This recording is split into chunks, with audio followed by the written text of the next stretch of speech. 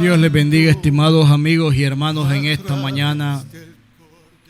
Damos gracias al Señor Jesucristo porque hoy me concede el privilegio de predicar el mensaje santo y bendito a cada uno de los radio oyentes.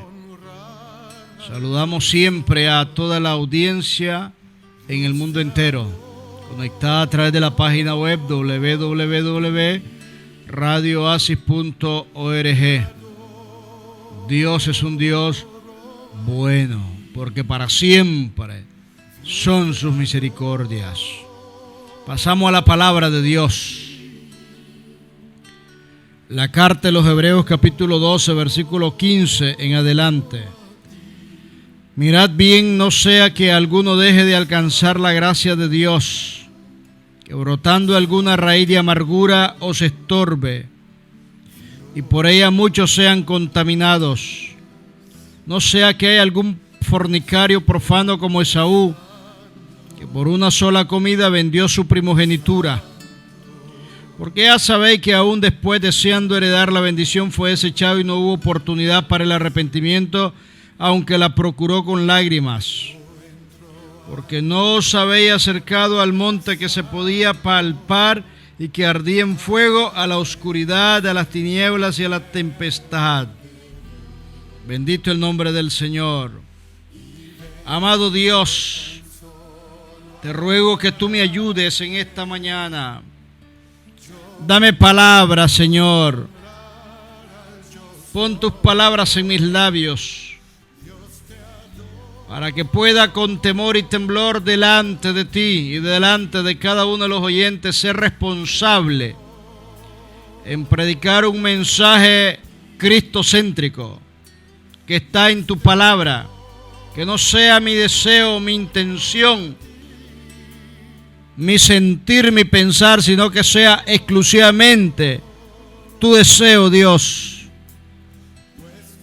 Tú sabes la necesidad de cada radio oyente. Tú conoces, Dios, antes de que la palabra llegue a mis labios, tú lo sabes todo. Porque nada se escapa de ti. Por los méritos de Jesucristo hecho en la cruz del Calvario te lo pido. Amén y amén. El título de la reflexión esta mañana es Desechando toda raíz de amargura. ¿Qué es la raíz? El diccionario define raíz como el órgano de fijación de las plantas superiores que sirve para absorber del sustrato los elementos necesarios para el desarrollo de la planta. Parte oculta de algo que da origen o sustenta la parte visible. El escritor de esta preciosa carta advierte a los lectores de que cuando una persona se descuida y permite en su vida aquellas situaciones donde hay resentimiento, falta de perdón, enojo, ira, amargura, produce una semilla que da a luz un fruto, y que esa semilla se introduce en todo el ser humano, llamada raíz, provocando amargura. La palabra del Señor dice que de la abundancia el corazón habla la boca. Quiere decir de que esta raíz penetra de tal manera que la persona siempre está manifestando lo que tiene dentro de sí. Y advierte el escritor de que esa situación provoca de que alguno deje de alcanzar la gracia de Dios. Y esa raíz de amargura estorba a la persona y contamina a cuantas personas le rodean. Es preciosa la ilustración o el ejemplo que presenta el escritor y habla de Esaú como un profano fornicario. ¿Quién fue Esaú? Vamos al libro del Génesis, capítulo 25, versículo 20. Vamos a leer del 29 en adelante. Y guisó Jacob un potaje. Y volviendo Esaú del campo cansado, dijo a Jacob: te ruego que me des a comer de ese guiso rojo, porque estoy muy cansado. Por tanto fue llamado su nombre Edom, que significa rojo. Y Jacob respondió: véndeme en este día tu primogenitura. Entonces dijo Esaú: he aquí yo me voy a morir, ¿para qué pues me servirá la primogenitura? Y dijo Jacob: júramelo en este día. Y él le juró y vendió a Jacob su primogenitura. Entonces Jacob dio a Esaú pan y del guisado de la lenteja, y él comió y bebió, y se levantó y se fue. Así menospreció Esaú la primogenitura. Qué triste y lamentable es el ejemplo de esta persona. Porque esta persona es el ejemplo práctico del creyente carnal. No cristiano, el cristiano es uno nada más, el que sigue y obedece a Jesús. Pero aquí estamos hablando de un creyente carnal típico que siempre está viendo las cosas materiales de frente. No hay fe, no hay interés por las cosas espirituales. No se mira a Dios en su actuar más allá de lo físico, sino que siempre se está viendo únicamente a corta vista o distancia lo que se tiene enfrente. Últimamente he visto y he escuchado por los diferentes medios de comunicación cómo algunos que se dicen ser cristianos utilizan este medio, la radio, por escrito, para estarse atacando uno hacia el otro. Y están dando mucha clase de conocimiento y de teología, y con nombre y apellido ofenden constantemente a otra persona. Quiero decirle lo que dice la Escritura. Nuestra lucha no es contra carne ni sangre, sino contra huestes de maldad en las regiones celestes. Yo no tengo por qué luchar contra ningún hermano, contra ninguna persona, porque ninguna persona es mi enemigo. Yo denuncio pecados claros y específicos que la Biblia presenta. La lucha del cristiano es contra Satanás, contra los demonios, contra aquellas conductas pecaminosas que aferran o atan a las personas. Pero la persona no es mi enemigo. Ninguna persona es mi enemigo, porque tengo que amarla, perdonarla, orar por ella. Tengo que bendecirla y tengo que hablarle como cristiano que si yo miro que está mal, orar por ella y invitarle para que sea restaurada con un espíritu de mansedumbre. Da tristeza el ambiente de muchos que se dicen ser cristianos, cómo están ofendiéndose, insultándose. Y luego el que no es cristiano mira eso en los medios de comunicación y dice: para estar así como aquel que está peleando contra el otro, mejor yo no soy nada. Mejor me quedo tranquilo porque creo que yo estoy mejor que la otra persona. Y eso es piedra de tropiezo para aquel que quiere venir a los pies de Jesucristo. Hay demasiada ofensa y desprecio a las personas a través de los medios de comunicación. Pero Dios quiere que usted y yo vivamos una vida limpia, sacando toda raíz de amargura. Y eso quiere decir que estas personas tienen raíces de amargura, porque no aman a su hermano. La Biblia manda y ordena a que tenemos que amar a nuestro semejante. Me guste o no me guste, me haya hecho daño o no, yo tengo que amar a mi semejante. Porque si yo no perdono y lo amo, Dios no me va a perdonar. Es una condición importante. Perdona nuestras ofensas como nosotros perdonamos a los que nos ofenden. Dice la oración modelo hecha por Jesús a los discípulos llamada el Padre Nuestro. Tenemos que perdonar. No importa el daño, la ofensa que me haya hecho. No importa lo que me haya robado, o me haya herido, o me haya ofeteado, o me haya insultado. Tengo que perdonar, porque ese es requisito de Dios para vivir una vida cristiana limpia. Esaú es el caso típico de aquel creyente que ama y vive inmerso en las cosas mundanas, carnales, materiales. Esaú vende su primogenitura o el acto delegado de honra que la ley establecida que el hijo mayor debía recibir la primogenitura, lo vende por un plato de comida. Qué triste y lamentable. Y una persona que en su corazón anda a raíz de amargura contamina a los que están a su alrededor en su casa y se pierde.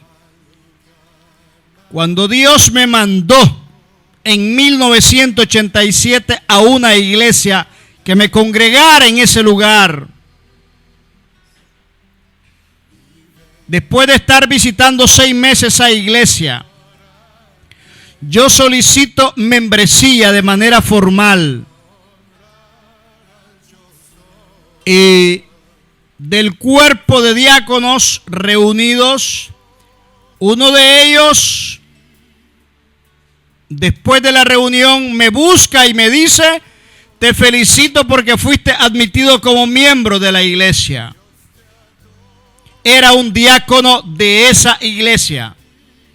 Nunca me olvido su rostro y su nombre. Pasaron los meses y ese diácono tuvo un altercado un día con el pastor. Hubo un malentendido. De pronto, su corazón se llenó de amargura. Y eso fue afectando a su familia de tal manera que a los 2 años toda su familia ya se había retirado de la iglesia. 2-3 años aproximadamente. Y estamos hablando de más de 25 años.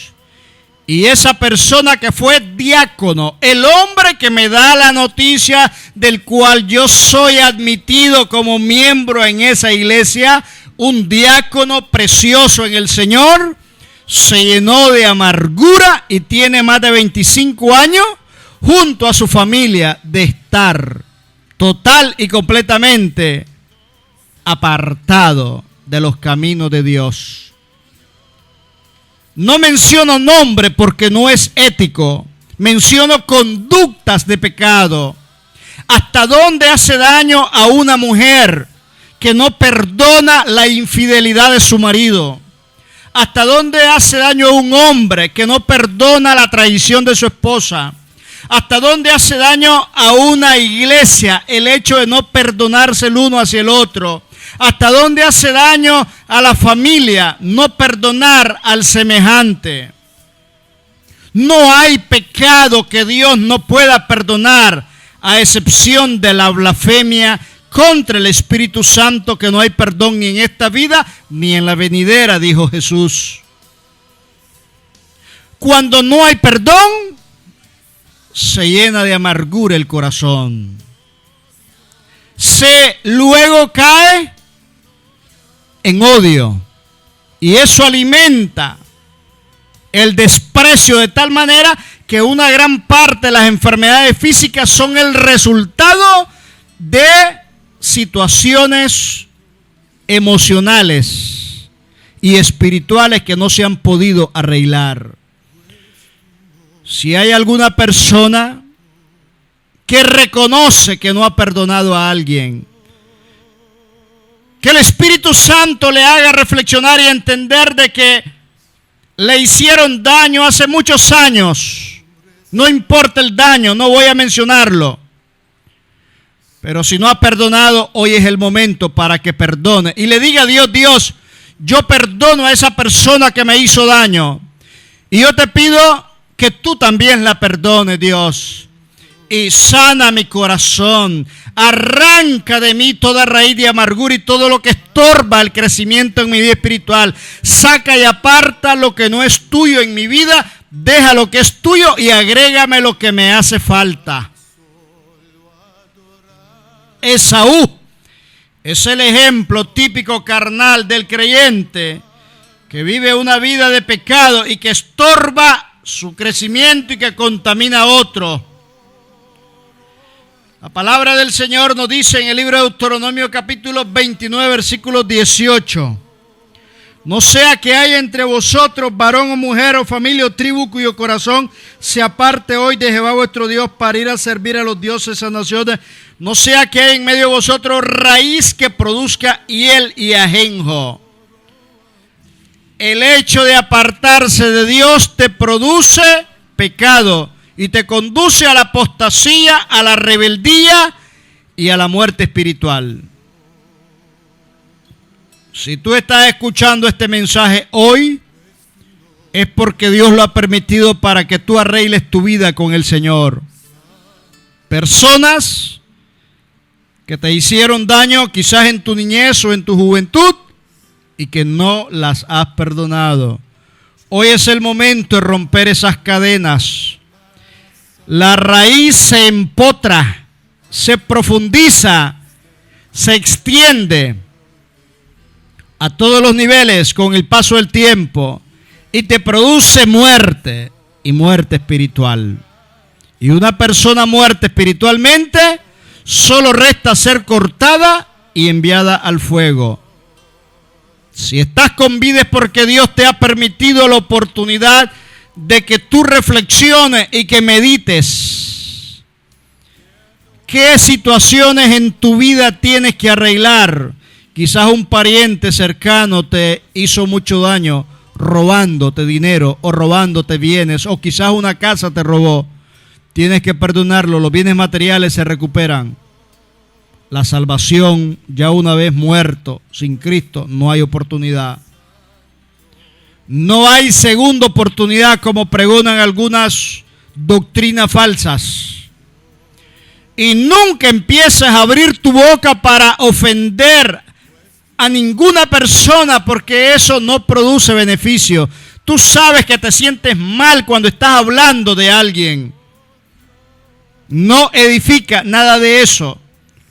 Lamentablemente, muchas de estas personas que a través de los medios de comunicación están atacándose el uno al otro con nombre y apellido, estas personas necesitan arrepentirse también. Necesitan decirle a Dios: Dios, yo sé que fulano de tal está muy mal, porque está haciendo cosas que no son de tu agrado, pero te ruego, Dios, ten misericordia de esa persona. Trata con ella, hazla reflexionar para que se arrepiente esa conducta. Y que Jesús trate con ella para que ella y yo entremos a tu gloria en victoria, Señor. Que nadie se pierda, sino que todos procedan al arrepentimiento. El Señor desea que nadie se pierda. Ese es el deseo de Dios. Que nadie, que ninguna persona se pierda. Pero la iglesia tiene que representar a Cristo en la tierra. Rogamos al ser humano, Dios por nosotros, diciendo reconciliados con Dios. Dios ruega a través de su iglesia.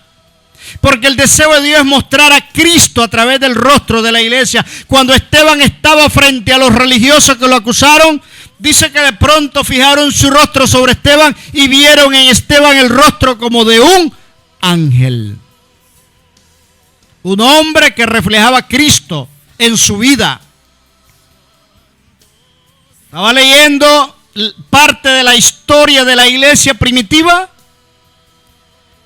y dice que del emperador mandaban soldados encubiertos para detectar esa nueva secta que creía en un Jesús muerto, pero que ellos decían que había sido resucitado, y el informe que llevaban al emperador en las cartas era de que creían en un Jesús que había muerto, pero ellos decían que estaba vivo.